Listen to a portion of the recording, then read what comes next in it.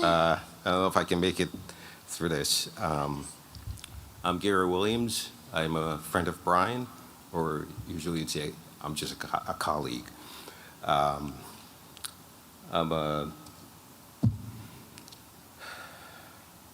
I'm a member of the 105th Training Troop with Brian. So how Brian and I got started, just really quick, uh, and the 105th Training Troop will uh, understand. The food at the academy really sucked. It did. I will say. So Brian and I, when we just sit there, and everyone knows that he's a picky eater. He doesn't eat certain things. So they had beef patties. So that was dinner. So I had to trade him. Well, I traded him. He gave me his beef patties, and I gave him the cookies. So that's how it all started. All right. So Brian, well, I'll try to phrase this diplomatically. Despite the fact that we all know Brian would not, Brian was, shall I say, blunt. If you didn't know him well, you might think he was a perpetual cranky old man. His friends and family know that was just a facade. For those of us who knew Brian, really knew Brian, we got to see a very different guy. One, he liked to think he hid from people, but he didn't. I have rarely come across a man with the generosity of spirit Brian had. You could never go home. You're going to hear this a lot of times. You'll never go home without expecting to come home with 3 days worth of leftover pile high in Costco's containers. Speaking of Costco, I sincerely hope they're represented here today. He will be sorely missed by that company. And it's the truth. You should see his garage.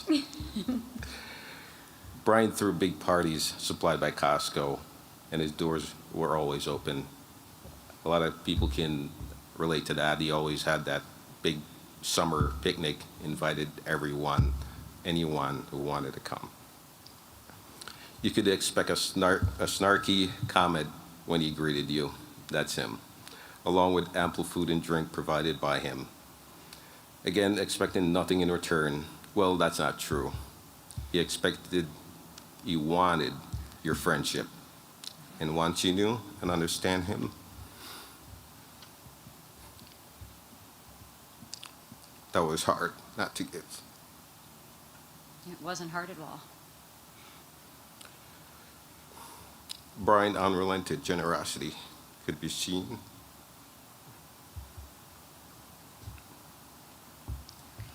in his trip to Costco. He would arrive at his sister and parents' house with a carload of assorted goods and never wanted anything in return. Anyone that knew him see right through the exterior of him. He was just being Brian, taking care of people, although always with that grumpy edge to hide that he loved them and worried about them. He would drop off presents just like Santa and try to slip away before anyone really knew that he was there. He had to go. He had an HCP job to get to. He was always working, wasn't he?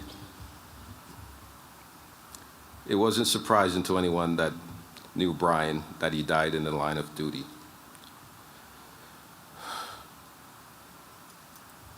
In service to us.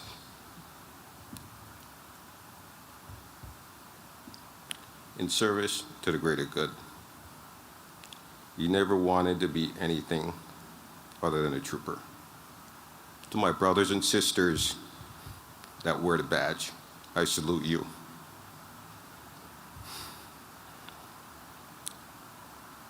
And we are all grateful for you, for you answering that call as Brian did. I say you'd hear a lot. Brian was a master at cryptic text.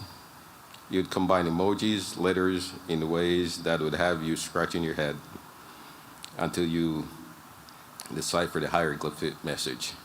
The last one he sent me, I literally had to call him. I asked him, I said, "What are you, a 10-year-old girl?"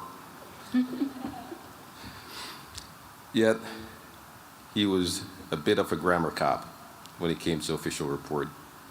He'd call and tell you he only had to talk to you for a second, and 2 hours later, still be on the phone.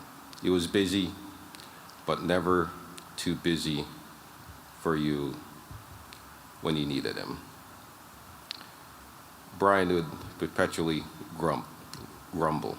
He would grumble over the cost of a party and then decided he needed to buy more food or have a bigger bounce house. There were too many people invited, and then he would invite a few more. He may grumble, but he put the needs of others first.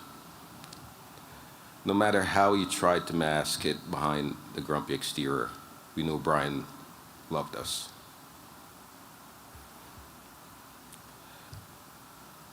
I read once that the truest form of love is selfless. It is prepared to sacrifice. It does not hesitate to do so. Brian gave himself to us in life. Now, he has given his life for us. We gathered here today for a purpose. We mourn Brian today. There is no doubt about that. Mostly, we honor him. We honor all those who chose to serve their communities, to place the need of their fellows above their own. And so, I leave you with the words of General George Patton. We came here to thank God that men like these have lived, rather than to regret that they have died.